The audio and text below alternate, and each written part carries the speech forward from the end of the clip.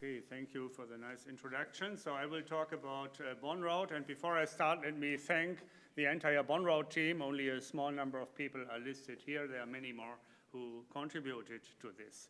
And let me also apologize, I will not mention most of the prior work because there's just too many on routing. So routing, as we all know, is a very challenging problem. Very special cases are already NP hard, like disjoint path and planar grids, for example. And they're also hard in practice. So even instances with 100 nets are really difficult to solve. But we don't have 100 nets, we have millions of nets, and we have to pack vertex disjoint Steiner trees in graphs with trillions of vertices and even hundreds of trillions of vertices. So these are really huge instances. And on the other hand, the design rules is not just packing Steiner trees in a graph. We have very complicated design rules to obey, and post-routing correction will often not work. So this is already very difficult to find any feasible solution, but that's not good enough because we have to obey timing constraints, we have to look at power consumption, many other things. And also one aspect that is often neglected, we don't do routing just once, but we often have incremental changes later on, so we should even leave space as much as possible for incremental changes. So it's a huge challenge, and to find solutions to this challenge, we developed BondRoute, or we have been developing BondRoute for more than 30 years at the University of Bonn in cooperation with IBM. And BondRoute has been used for the design of hundreds of very complex chips, including all IBM processors. As all of the bond tools, it is based on mathematical theory, but also driven very much by experience from practice. So I will give you a few examples, one example from global routing and one example from detailed routing in this brief talk that highlights these aspects. So let's start with global routing. It is based on a carefully chosen resource sharing model. I will explain it on the next slide, which not only includes global routing, classical global routing constraints, but also timing constraints and many other things. In this model, we can really compute a near-optimal, provably near-optimal fractional solution, really up to 1% of optimality. It's not just a heuristic, but we can prove that, as we will see. And then, given this fractional solution, we apply randomized rounding to provide an integral solution. The approximation guarantee is not as good anymore, but we still have a guarantee here. And then we do local post-processing, and we combine it with a lot of other techniques like track assignment, incremental global routing combinations with timing optimization that I will not have time to talk about here today. So let me explain a little bit more in detail the resource sharing model. So it's a very abstract model that goes well beyond chip design. So we have D resources, a number of resources. Every row in the table on the right, top right, is a resource. And then we have a set of customers who want to consume from the resources. Think of every customer being a net, for example. Every net needs a Steiner tree in routing. And a Steiner tree would consume from resources. So it would, for example, use certain edges of the global routing graph. And here in this example, the red solution for the first customer would consume a certain fraction of resource number 1, 2, and 3. And then, so we have a set of solutions, and since we are looking for a fractional solution here, we have a convex set, so we allow convex combinations of solutions, convex combination of Steiner trees, if you want, for each customer. And this is an abstract set, so how is it given? We don't have a list of all Steiner trees, of course, but we just assume an oracle that gives us a good Steiner tree given a certain price vector on the resources.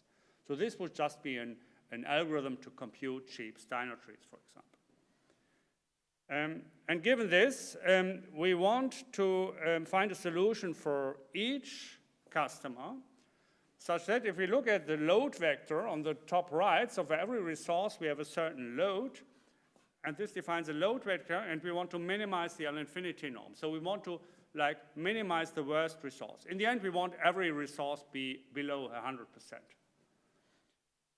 And we can actually do that up to a factor 1 plus epsilon, so arbitrarily close to optimality, with a number of oracle calls that is essentially linear in both the number of customers and the number of resources. So in the sum of n plus d here in this case.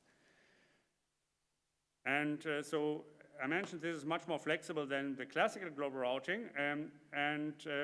But before I get to that, how does the algorithm work? The algorithm, well, I'm simplifying a bit here in this short talk, but it's roughly that we have a round-robin scheme. In every round, every customer gets its turn and calls the oracle, would get a solution, and after having this solution, we would update the prices. Essentially, resources that are used more will get more expensive, and we use a multiplicative weight update scheme for that, which is essentially the same as the gradient of the log sum x function that we have seen 2 talks earlier. The nice thing is this works also with approximate oracles. We cannot solve the Steiner tree problem exactly sufficiently fast. And actually, in many cases, we don't need to call the oracle at all because we already know from the previous oracle call that we have a solution that is still good. We can also parallelize it very well and still have the proven guarantee. And it really turns out extremely efficient in practice. So we roughly have about 5 oracle calls per customer is sufficient to get excellent solutions. And we can add resources, of course, for area. That's the classical thing we want to pack, but actually it's not so easy to do it precisely with a precise, detailed embedding of the Steiner trees. We can model that nicely, and also power consumption, yield loss, and so on. What is a bit more difficult to model time, we have a resource for every edge in the timing graph and additional customers for the vertices in the timing graph that essentially choose arrival times. Yeah. So this is nice, but it's not the end of the story, so we have still a lot of work to do. What I didn't mention is how the oracle actually works. In particular, in the case of timing constraints, we need an RC-aware Steiner tree oracle, where we have some algorithm, of course, working, but that could still be improved in the future. The rounding is very simple. I don't get into all these points here, maybe, but one, I would mention the last point, namely, minimizing just the L-infinity norm is often not what we want, because look at these 2 congestion maps. They actually have the same L-infinity norm, because in both cases, even in the left case, which looks quite good, there is one little area which is violet, so where we, due to modeling issues, we have very high congestion. But of course, we like the left-hand picture much more than the right-hand picture. The L-infinity norm doesn't tell us, so we have other norms like the WA's norm that we are using in practice, which is a kind of, we call it an ordered norm. And in a very new work, we can actually show how to also optimize ordered norms. We want to get this implemented into practice next. Let me also go into detailed routing. Essentially, there are 3 kinds of approaches to detailed routing. Of course, there are many variants. One is track assignment. After global routing, you assign the wires to tracks, going through the layers. We have a nice global view within one layer, or at least within one row, and we also have some limited view of adjacent layers, but not too much. That can be fast, but will not always find a feasible solution. Sequential path search is probably the oldest approach to detailed routing, but it's still the main approach that we are using. I will get to that more. And then, of course, like exact solutions to small subproblems like max integer programming or SAT solvers, which are very good at solving very small sub-instances, but of course reach their limit quickly. So we mainly use sequential path search, of course, with reliable reroute, with very efficient data structure, with parallelization, and so on, with, of course, using the global routing result, skillful choosing the edge weights, same net error techniques like multi-label Dijkstra is used. And very important to make it really fast enough on long-distance wires, we have a very good goal-oriented path search, which I will mention next a bit more in detail. We also use the other 2 approaches, so track assignment for long-distance wires, for example, for very long-distance wires, and mixed integer programming to resolve the hardest local subproblems. But the main workhorse is really the sequential path search. So how does this goal-oriented path search really work? So we have a graph G in which we want to find the shortest path, say from S to T, with respect to weights C. And instead of using C, we just use reduced weights, reduced edge cost C pi, which we modify by this vertex potential pi that you see here. And if you use for pi, you want to use for pi a lower bound on the distance to the target.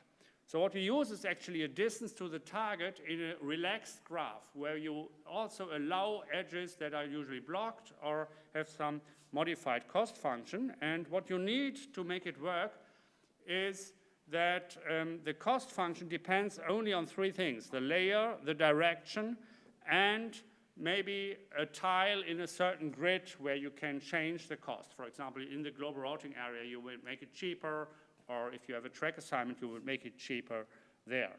But then you have a grid with relatively few coordinates where the cost can change, and then you can query the distance to the target in a very short time, essentially in constant time if P, Q, and L are constant, and with a little preprocessing time, which is also reasonably fast. And by this, we get an overall speed up that is substantial in the detailed routing path search. Here is also, of course, not the end of the story. The interaction between track assignment and path search can certainly be improved, and we are currently working on that. Preprocessing lower layers of pin access is one topic. Of course, searching for path instead of Steiner trees is always suboptimal, so we really should find Steiner trees, at least for a small number of terminals, in one shot instead of composing Steiner trees of path. And in the future, we should make the detailed routing really timing aware, finding not just finding RC aware Steiner trees like in global routing. So that's future things.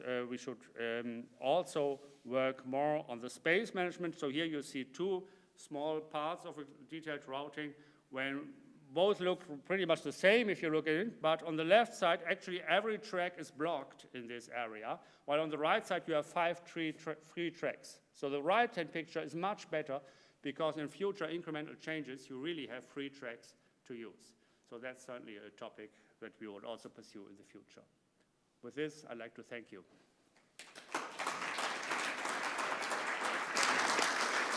Thank you, Jens. Any questions?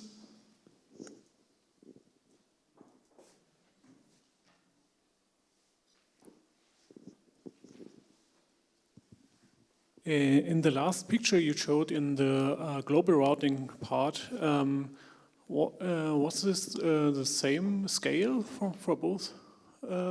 These two pictures? Yeah. It's actually the same scale. So the left one is really an output that our algorithm produced. The right one, of course, we would never produce.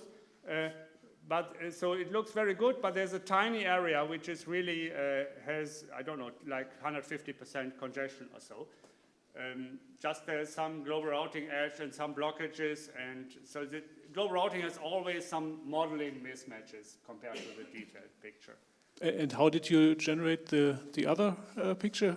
Yeah, was it with strange parameters, or? I wouldn't tell you. So okay. Thanks.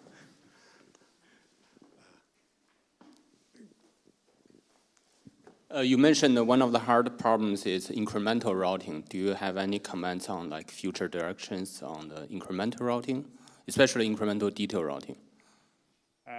Yeah, so one direction that I mentioned is we should first of all compute a detail routing that leaves space, that makes future changes easier, right?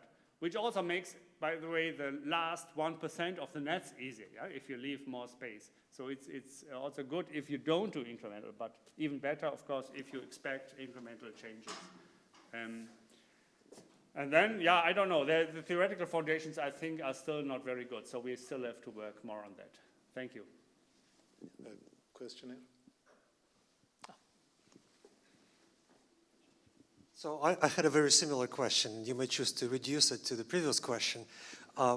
My question is, if you run the same design after small changes at RTL, if you run it through physical design, how much reuse is there in routing?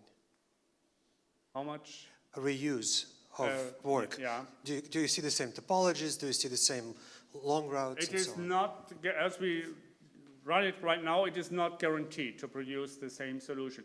Of course, due to this near optimality guarantee, we have a kind of, We will not get a completely different result, but locally it can be quite different, yeah.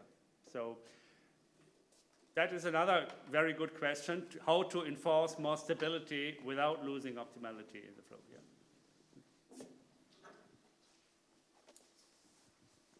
You have a very long and fruitful cooperation with IBM. Are they the exclusive users of Bonroute and the other tools?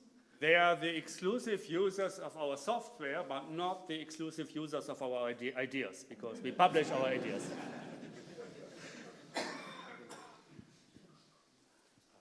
One more question.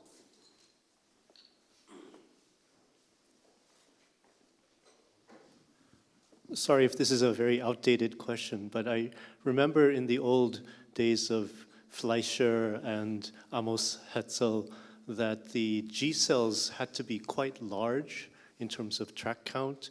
And is that still the case? And yeah. are the sort of cleanups that you mentioned at the bottom half of that slide resulting from that? Exactly, yeah. So, where did I mention that? Yeah, here the randomized rounding. To get the guarantees that you get for randomized rounding get much worse as the G cells get smaller. That's true still. We don't really understand. I think there's more to learn about the rounding, but as we know today, that's still true. And in some cases, it is inherently true. I think in some cases, it cannot be avoided.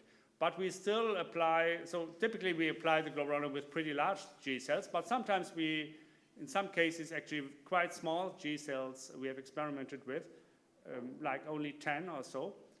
And it works surprisingly well, but then we don't have a theoretical, or only weak theoretical guarantees. Yeah. No other questions? All right, let's thank Jens again. Thank you.